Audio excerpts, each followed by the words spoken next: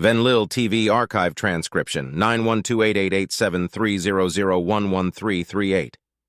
Show Against the Herd, a thrice-weekly news show aired on Channel 74. Original air date, the 12th of December, 2136. Transcription continues from 912888730011337.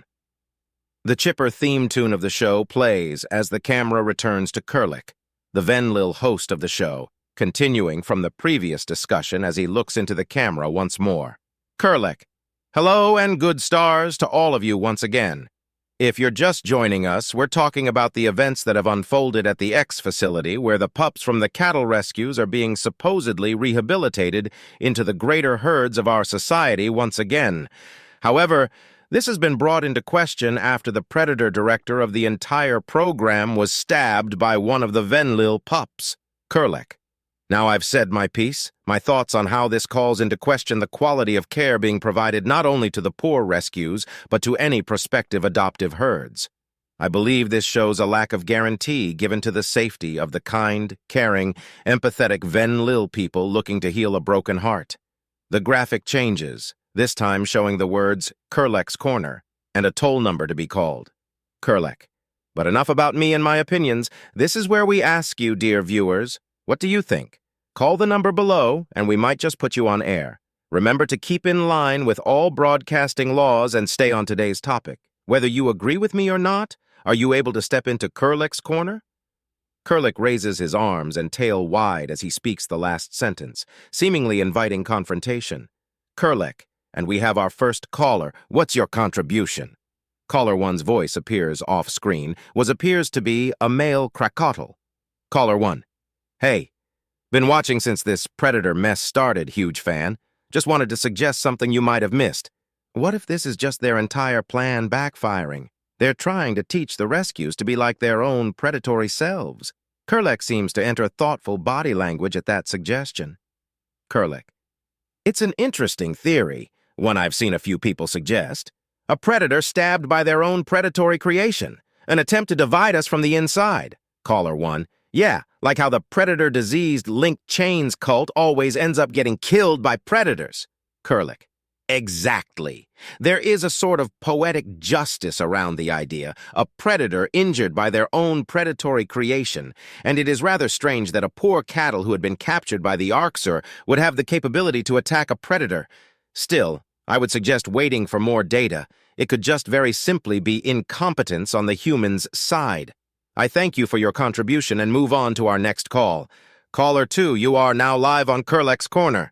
There is a momentary delay as the connection is made before a feminine Venlil voice sounds out. Caller 2, sorry, but the entire thing is a load of spare.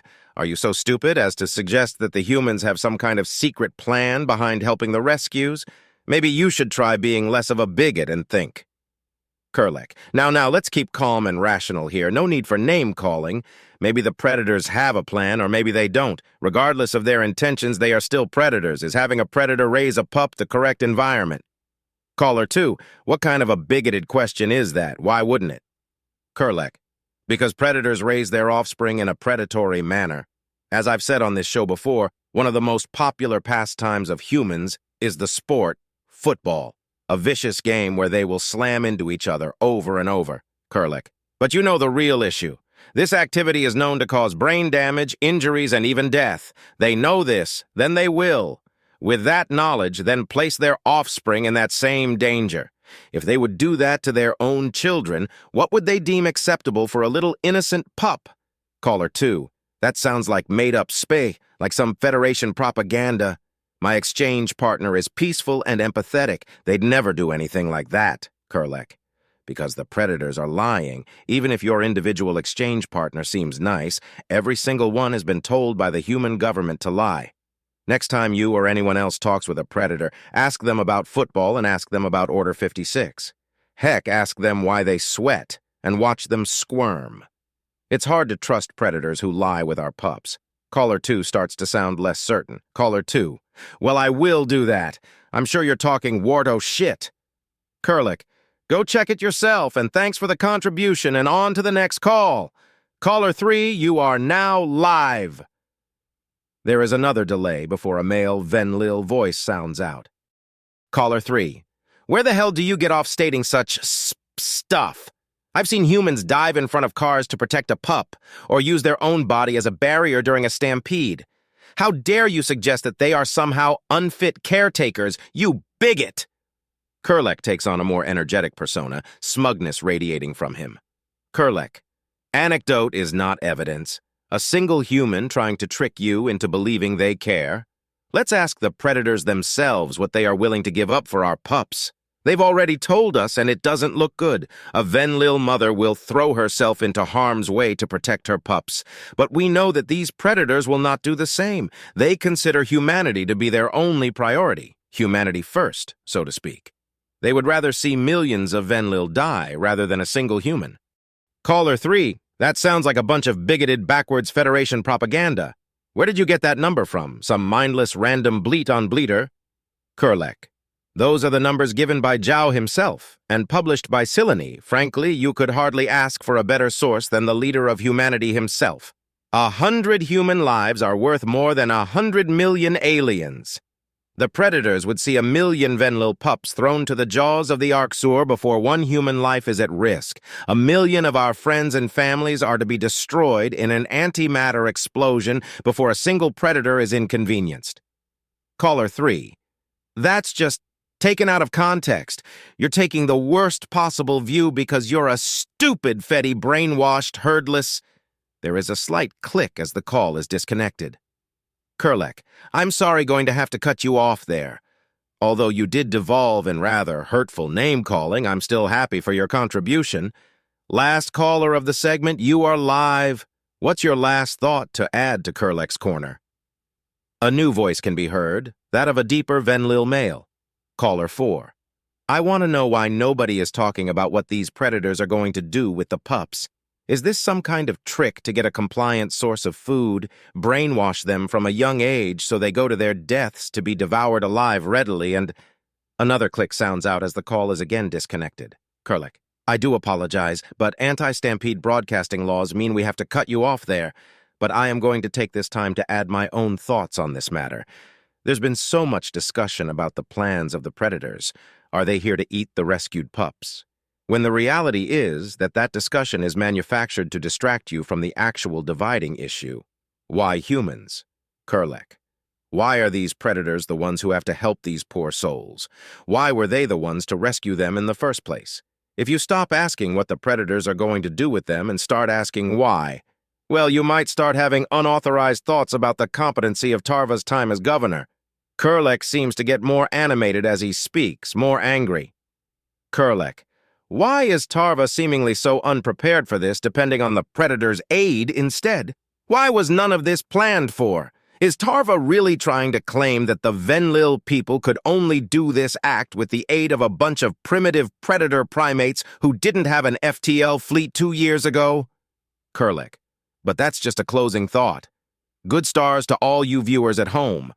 This has been Kurlek asking the real questions about the predators, once again going against the herd. The camera zooms out, show credits begin to play against the show's theme tune. Show ends. Memory transcription subject. Kurlek, Venlil Prime's first talking head, date, standardized human time, December 12th, 2136. I walked down the streets of Venlil Prime, the soft, anti-stampede tarmac bouncing under my paws as I merrily walked through the streets of Dayside City. It had been another good show, with more records broken, more fame, more popularity as another successful episode went out to good people of Venlil Prime. Heads turned and tails pointed in my direction as various people recognized me. Of course they did. I was Kurlek, head of Against the Herd, the fastest-growing news show on the entire planet.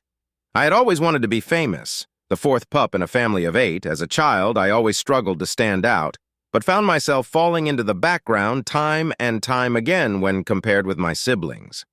I wasn't athletic. I wasn't particularly clever. I wasn't even misbehaved. So I went through my life as a shadow, just one of a large herd never standing out. Well, people noticed me now. I made my way towards my end goal, a local restaurant, giving tail waves back at those staring or looking in my direction. Some were angry glares, others more positive. I didn't care. I didn't worry about either reaction. Attention and fame was attention and fame, regardless of it being negative or positive. I loved every second of it, being someone, being known and special, standing out from the herd. The money was also a nice plus. Of course, I knew most of what I talked about on the show was over-exaggeration at best. I held no ill feelings towards the new predators, quite the opposite. The humans had been the best thing to ever happen to me. This entire thing was their idea, after all. Or this iteration, at least. I'd been idly browsing Bleat after the humans' initial arrival when I'd come across something that we mere prey were not supposed to see. A human news show that had been smuggled through the UN censors. Others had called it predatory and evil, but I saw it as something new and exciting, arguing, debating, an inflammatory reaction to some political topic I didn't understand. Where others were fearful, I saw an opportunity. Your regular booth is ready, Kurlek, as well as your regular order. The Exterminator's Friend was a plain but classy establishment with simple food and a nice environment. The waiter ushered me onwards, pointing to the stairs leading to the more private tables, to booths away from the public eye, perfect for someone like me. Also, there is a human up there, in another booth. I'd have sent the predator away, but with Tarva cracking down on businesses, turning away the Solgalic-damned predators, no worries at all, my friend. I gave a confident tail flick, assuring, damn, I couldn't remember the other Venlil's name. I know I'd been told it before, but I'd forgotten the server's name an instant after I'd been told it. No predator can scare me. Like I've always said, their plan is deeper than just simple assault. Originally, I'd tried to replicate it myself, choosing an anti-predator position because nobody else in the media was doing so. I still remember my ill-fated first episode. A human had built a wheelchair ramp for a building, and I'd taken the opposite opinion for the sake of taking the opposite opinion. It had been messy, low budget, and amateur. The episode had been cut short halfway through after I'd let my emotions get the better of me, leading to my guest and I nearly headbutting each other of all things. I still think about that memory for some reason. It was strangely fond to me. I sat down in the booth, giving a polite gesture to the staff who left me in private to my already prepared meal, a fire fruit salad and a bottle of nice dark side wine. The padded walls stopped any sound from escaping. It was perfect for someone who wanted to get away from fans and haters alike. Nobody would argue that I didn't need such services with my newfound fame. It also kept other prying eyes away. As soon as I was alone, I moved the chair away from the wall, unscrewing several bolts until the padded panel was able to be pulled out of place, allowing me access to the booth on the other side of the wall. Binding my meal with me, I climbed through the hole to enter the adjoining section, sitting across from a single figure. A human. Took you long enough this time? Alice Grayson, she was the real reason Against the Herd had gained so much popularity. That first episode took Bleat by storm, allowing me to continue producing more episodes and growing my popularity. The real gold had been struck when Alice contacted me a month later. I only knew how to mimic the small glimmers of the Predator's shows I'd been able to scrounge up from the internet. Alice's entire job was human journalism. I was an enthusiastic amateur. Alice was a professional. All this sneaking around? I'm way too old for this wart of shit. Of course, the hiding was necessary. Early in our meetings, we'd been less careful and someone had spotted us together. Denying the picture as a fake had been the simplest course of action. But since then, we'd spent the time making sure nobody could see us together, choosing different private locations to meet up, entering and leaving at different times. Our continual strategy meetings had become more... What was the human phrase? Cloak and dagger? So what did you think? I took your advice and sprinkled a little bit of criticizing the previous Federation government. Alice gave a grin in response to that, bringing her fingers to her mouth and giving a fake kiss in my direction, putting down the glass of wine from her own already half-eaten meal. Moi. Perfect. Just enough to seem reasonable, not enough to alienate your core viewership. It's already been clipped and spread around a lot of places that normally don't look at your stuff. I'd do something like that once every 5 or 6 episodes, enough that people can argue that you're more middle of the road than your dumbass is. I gave a confused look at her as she went back to her meal, my tail giving short, confused movements as I tried to understand exactly why this was a good thing. I don't get it. Why would going against my normal position strengthen it? Look, people don't want the news. Left, right, predator, or prey. People want their own opinions smushed up and regurgitated back into their faces. They will flock to outlets that share their opinions and deem all others not news. Alice laughed slightly as she explained, the start of yet another terrifying lesson in human journalism. But they don't want it too obvious. People are idiots, but not that stupid. They want their own opinions thrown back at them from a neutral third party so they can feel all smart and superior about being correct. Occasionally disagreeing with yourself makes you look unbiased, which in turn increases this effect, in turn increasing your trustworthiness. I couldn't help but just stare at the human as she spoke so nonchalantly about such deception and manipulation. It was brilliant, honestly. I could see why she pushed me to be like that. "That is the most predatory thing I've ever heard," I said slowly, which in turn caused Alice to just give another laugh. Politicians, lawyers, and journalists are the most predatory of professions, no different for the human versions. The human took a moment to spear a piece of fire fruit, eating it for effect before adding another piece of advice, almost as a side thought. "I'd drop the story on the facility. It's too risky to keep going after them." I couldn't help but give an annoyed sigh at that. "But it's one of my most requested topics." "It's a trap. The cattle rescues, it's a sick orphans with puppies situation. Even the most anti-predator nutcase is on their side for once. There's no way to run it without looking bad." That was correct. Even the most human, fearful Venlil had been singing the praises of the deal, the positives of getting the cattle rescues back. So many families and loved ones returned when all hope had been lost. Still, it seems premature to drop it before the story has even really started. The human gave a shrug and a sigh. "I guess we could have a look around a bit. I've not taught you much about the investigative side of journalism, and this might be a good starter. Check out the dumps on Federation cold cases and see if the passwords to their systems are online. Someone there did get stabbed. Properly run facilities don't see the staff getting stabbed by patients. It would have to be big, though, a real smoking gun. If you go after them too hard for something small, you'll end up looking like an asshole. Well, more of an asshole than you currently are." I gave a series of annoyed tail movements as Alice insulted me yet again. That was something I didn't get about the predator. She clearly didn't like me, yet had been instrumental in my rise. "I still don't understand why you're helping me if you think I'm that much of an asshole. Do you really hate the UN so much that pissing them off is worth all this? You're not just an asshole, you're a self-centered asshole. Not that that's anything special with talking heads," Alice continued from with insults at my personality. "But shockingly, it's not all about you. Honestly, it's fascinating to see this kind of strategy working on an alien species. Depressing, but still fascinating. That's just the cherry on the cake, however. The real reason is that humanity is going to lose this war." That took a turn. I couldn't help but feel even more confused by that answer.